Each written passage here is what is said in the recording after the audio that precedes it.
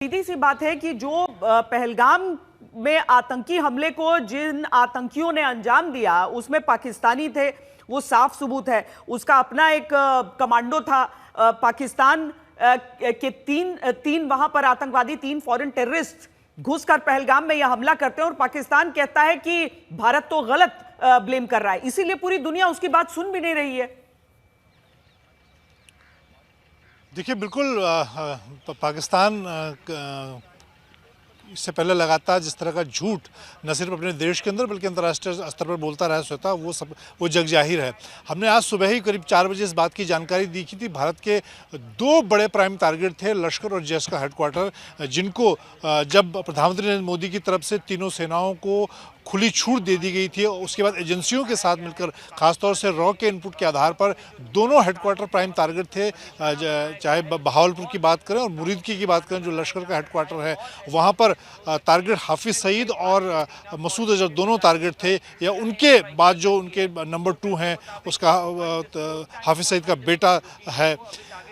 अभी इस बात की जानकारी भी जुटाई जा रही है एजेंसियों के द्वारा कि क्या बड़ा नुकसान इस भारत की तरफ से, जो तीनों सेनाओं की तरफ से एक बड़ा ऑपरेशन खासतौर से लश्कर और जैश के ठिकानों पर किया गया। और जैसा कि प्रधानमंत्री नरेंद्र मोदी ने शुरुआत से इस बात को कहा था कि जो आतंकी प्यादे हैं वो नहीं, बल्कि उनके जो कमांडर हैं, जो उनके असल सरगना हैं, उनको टारगेट किया जाएगा। और इसीलिए पाकिस्तान के पहली बार ये है, अगर आप 2019 के बालाकोट एयर स्ट्राइक को देखें तो ये पहला ऑपरेशन जो पाकिस्तान के कब्जे वाले कश्मीर के अलावा पाकिस्तान के अंदर पंजाब प्रांत के ऐसे इलाकों में हुआ है जहां पर पहले शायद भारत की एजेंसियां या भारत की सेनाएं ऑपरेशन नहीं कर पाती थी। लेकिन इस बार पूरे 10-12 दिन के अंदर जो रणनीति बनाएगी, उसके बाद इन 2 प्राइम टारगेट को खासतौर से टारगेट किया गया।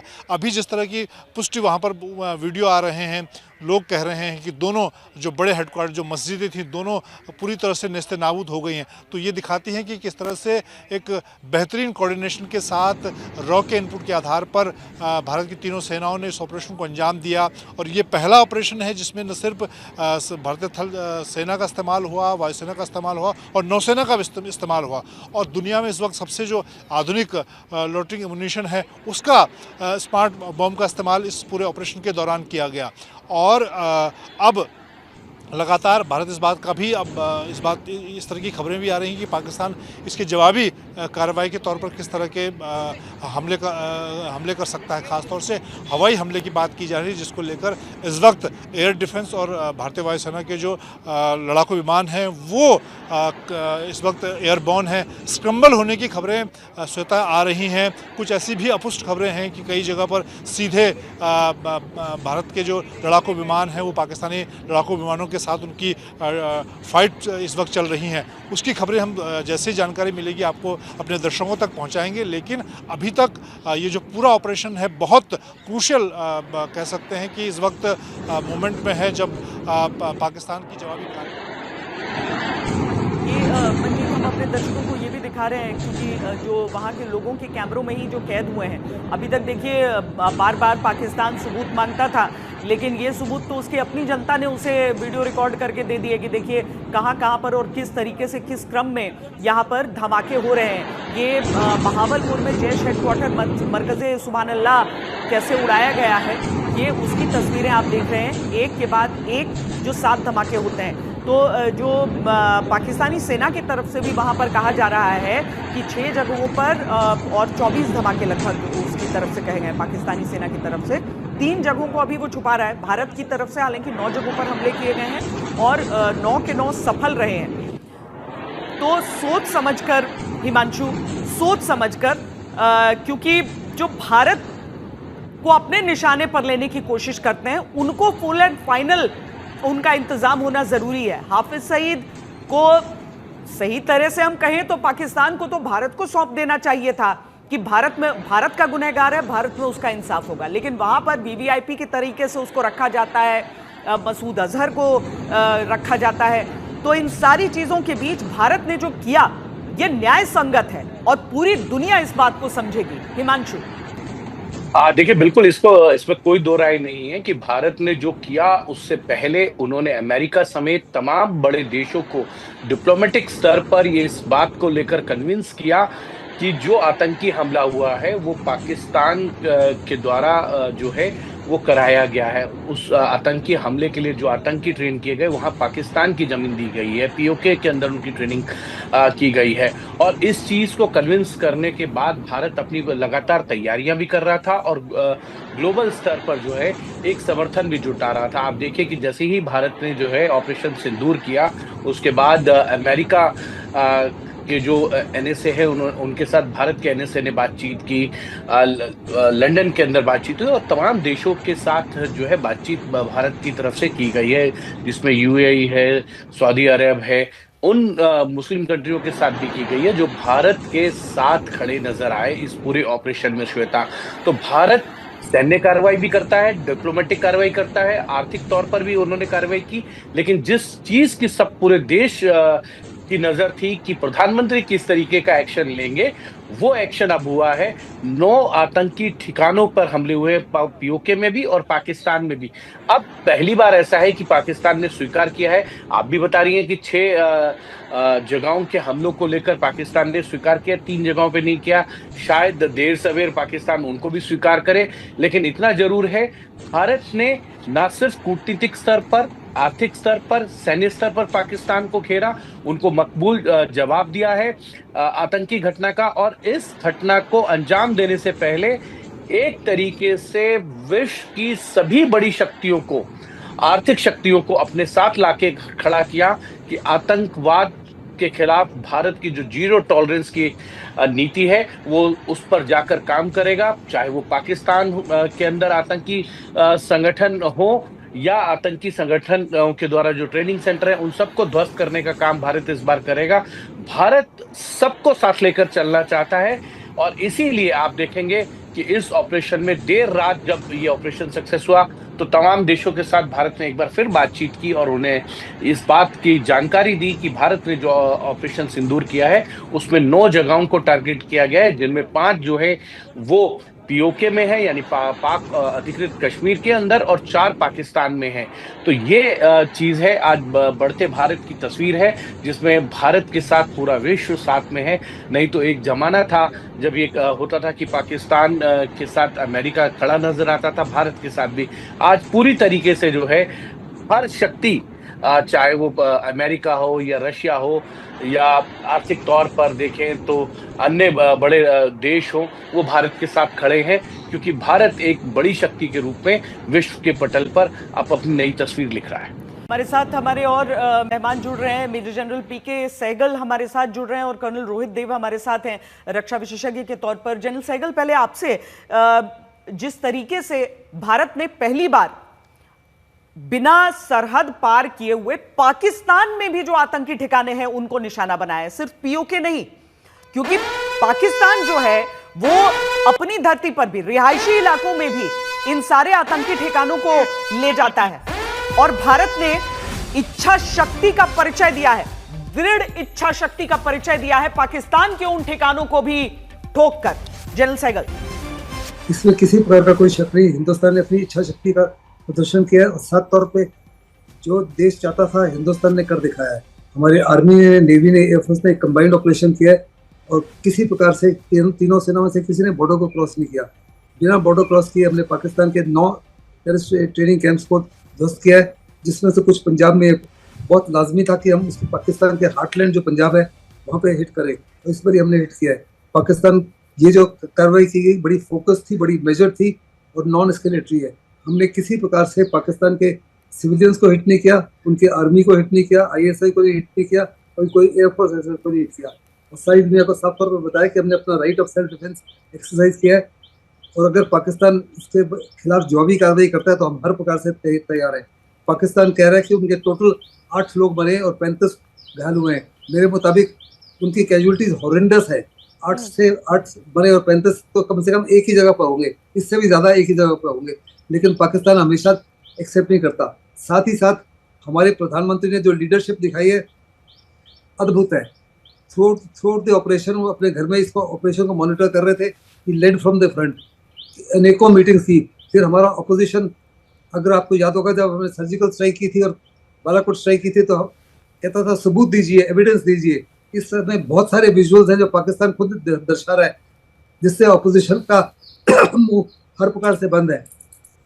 ऑपोजिशन को एब्सोल्यूट कन्विक्शन है कि जो हिंदुस्तान ने किया है वास्तव में वो सही है, सच है। फिर 2 बजे के करीब हिंदुस्तान ने जब ये स्ट्राइक की, अप्रोक्सीमेटली 1 o'clock, 2 बजे डिप्लोमेटिकली अजीत डोवल ने माइक रूबियो से बातचीत की, उसके बाद में सऊदी अरेबिया से बातचीत की, यूएसए से बातचीत की और कुछ और फ्रेंडली कंट्री से बातचीत की, और साफ तौर पे कहा कि पाकिस्तान ने जो पहलगाम में किया था, हमने 14 दिन का मौका दिया पाकिस्तान को उनके खिलाफ कुछ कार्रवाई करने के लिए, लेकिन पाकिस्तान तो डिनायल मोड में रहा, कहा हमारा इससे कुछ लेना देना नहीं। इसके बाद हमको यकीनन इस माफी की कार्रवाई करनी पड़ी, और हम बार बार कह रहे हैं हमने किसी सिविलियन टारगेट को नहीं हिट किया, हमने मिलिट्री टारगेट को नहीं किया, कोई वाइटल इंस्टॉलेशन को नहीं किया, किसी एयरबेस को नहीं किया।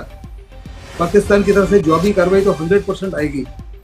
बड़े पैमाने पर उन्होंने लाइन ऑफ कंट्रोल के ऊपर सिविलियन टारगेट्स को हिट करना शुरू किया। इस समय तक हिंदुस्तान की तरफ कोई कैजुअलिटी नहीं हुई, कोई जान का और माल का नुकसान नहीं हुआ, लेकिन हिंदुस्तान ने तीन सिविलियंस की मौत की जानकारी दी गई है, भारतीय सेना की तरफ से ही दी गई है, क्योंकि लगातार जो बमबारी चल रही है पाकिस्तान की तरफ से, वो दरअसल सीधा निशाना बनाते हैं भारतीय जो नागरिक हैं उन इलाकों को, और 3 जो सिविलियंस हैं उनकी जान इस फायरिंग में, इस शेलिंग में चली गई है। भारतीय सेना की तरफ से जबरदस्त जवाब दिया जा रहा है। लेकिन बड़ी बात यह भी है कि हम प्रतीक्षा कर रहे हैं अब उस प्रेस कॉन्फ्रेंस की। सुबह 10 बजे वो प्रेस कॉन्फ्रेंस होगी जब डिटेल्स बताए जाएंगे इस पूरे ऑपरेशन के, ऑपरेशन सिंदूर जो है उसके पूरे डिटेल्स बताए जाएंगे कि किस तरीके से ये हमला हुआ है और किस तरीके से उन टारगेट्स को ध्वस्त किया गया है। ये बड़ी खबर इस समय की, क्योंकि आधी रात में ही ये हमला कर दिया गया। पाकिस्तान की तरफ से भले एयर स्पेस बंद किया गया, लेकिन उसके बावजूद वो रोक नहीं पाया इन मिसाइलों को, इन हथियारों को। आपको हम ये भी बता दें कि श्रीनगर में सेना लगातार सतर्क है। जो वायुसेना के विमान हैं वो लगातार सॉर्टीज कर रहे हैं। जम्मू में आज सारे स्कूल कॉलेज बंद किए जा रहे हैं। जो ये पूरा क्षेत्र है जम्मू कश्मीर का, वो हाई अलर्ट पर है। जो पाकिस्तान की तरफ से शेलिंग हो रही है उसका जवाब दिया जा रहा है। अगर पाकिस्तान इसको एस्केलेट करता है तो उस जवाबी कार्रवाई की भी तैयारी की जा रही है।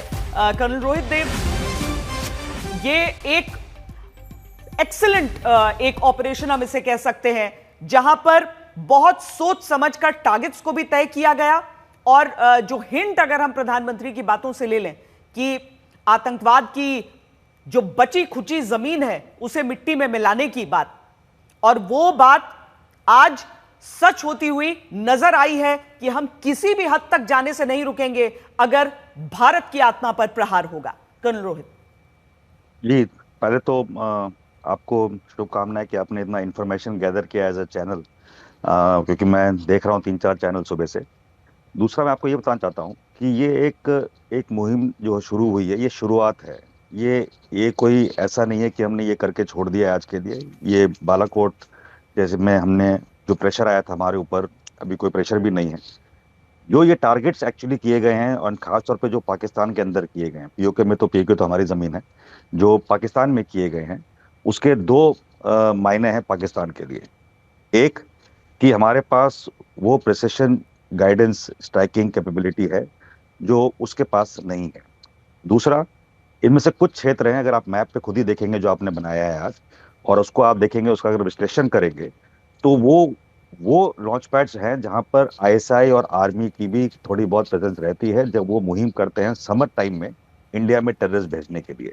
तो वो एक मिक्स टाइप का ऑपरेशन करते हैं जिसमें उनकी जो पूरी जो लीडरशिप है वो पाकिस्तान आर्मी से आती है। दूसरा है कि जो नॉर्थ की तरफ 3-4 टारगेट किए गए हैं, वो पाकिस्तान की जो अभी मुहिम चल रही है जहां पे उनका बलूचिस्तान और बाकियों के साथ मुठभेड़ चल रहा है, वो उनको भी वीकन करता है। इंडियन नेवी की जो पोस्चरिंग की थी हमने आज से 8-10 दिन पहले अरेबियन सी में, मेरे ख्याल से वो एक बहुत ही सोच का विषय है पाकिस्तान के लिए कि अभी एस्केलेटरी लैडर में उसने क्या करना है। इधर भपकियां बहुत हो गई, रशिया टीवी पे बोल दिया हम अगर डैम बंद करोगे तो हम स्ट्राइक कर देंगे, कुछ और करोगे तो हमारे पास न्यूक्लियर है।